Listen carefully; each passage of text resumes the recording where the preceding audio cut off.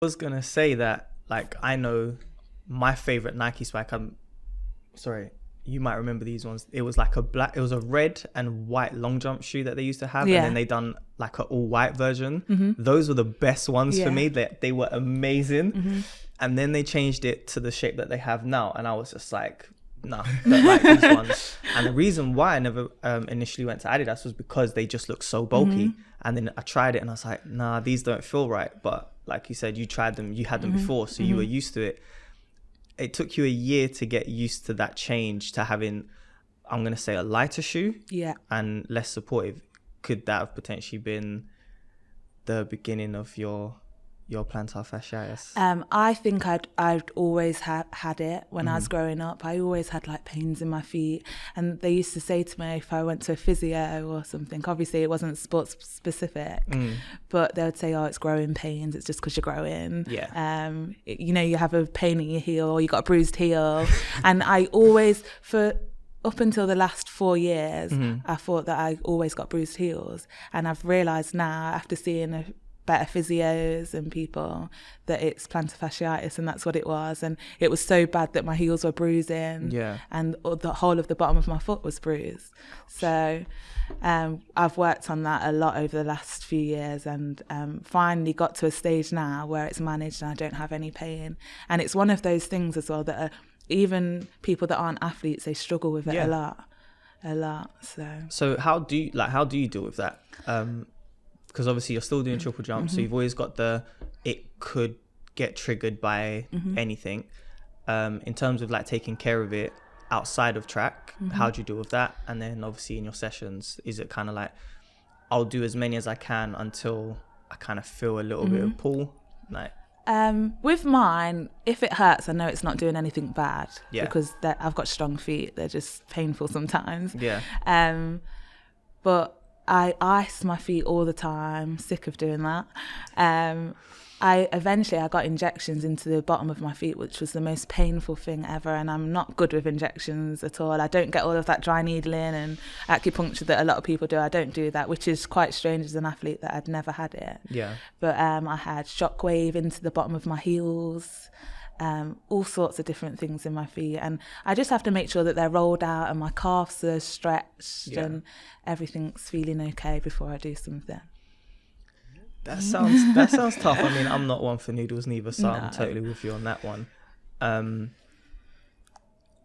having that, was it how did you get that process of having to do it? Like, so we're gonna try and do an injection. Was you kind of like, no, not having that, or was you just like, okay, it's for the greater good of my of my body, and just kind of had it done? Or was it like a process first?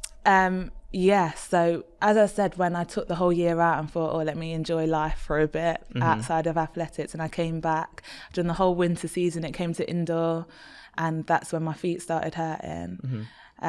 So I think I took that year off again after a couple of competitions, trying to struggle through. But I'd already came back and done all the work, and it was really annoying me, and my aim was always on Tokyo to get to the Olympics and do it. So I just plucked up the courage and thought, people had told me before, you're going to have to get them injected, it will help, blah, blah, blah, get shockwave, it will help. But I always thought, no, I never have these things. I don't even get a massage. I ain't going to the physio. But in the end, I thought, right, I need to start investing in my body. So, I'll get regular massage, I'll go and see the physio. And I got special orthotics in my shoes, all kinds everyday of things. Shoes, or like just your training shoes? I've got them in my everyday shoes, my training trainers, and my spikes as well.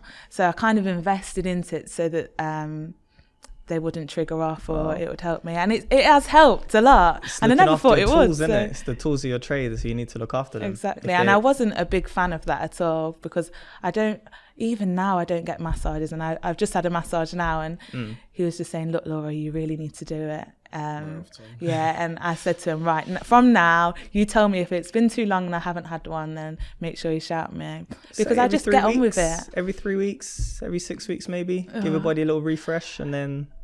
See, I can't remember the last time I had a massage. We're now in second week of March, are we? And the last time I had a massage was probably November time.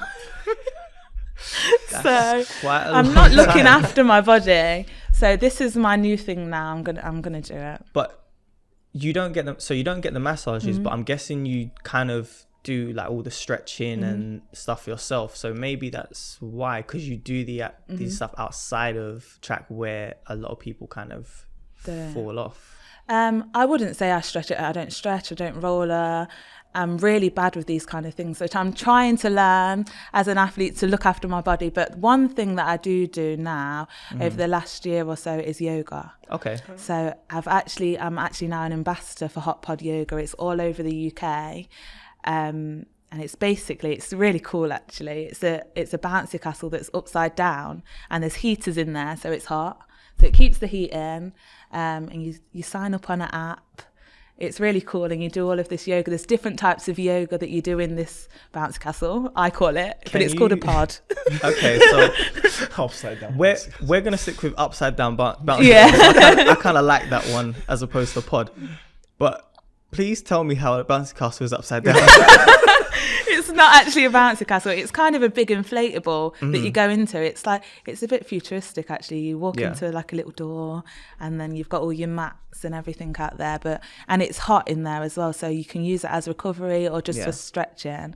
So if I've just been on a run or been to training, I can go to one at like 10 o'clock at night just before I go to bed. All types of different things, and it is really good for you. And it's made a difference on my body anyway.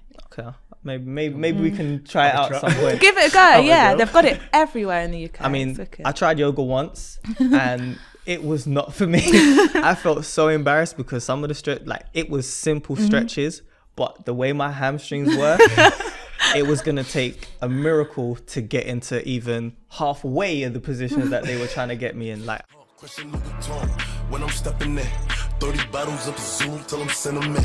I had to